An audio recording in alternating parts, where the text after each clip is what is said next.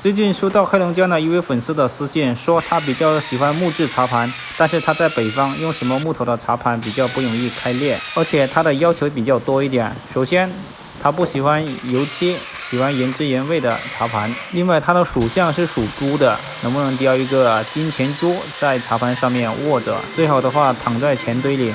先结合你的要求，给你推荐一个巴黎黄檀老挝红砖制的茶盘，雕一个盛世祥云珠。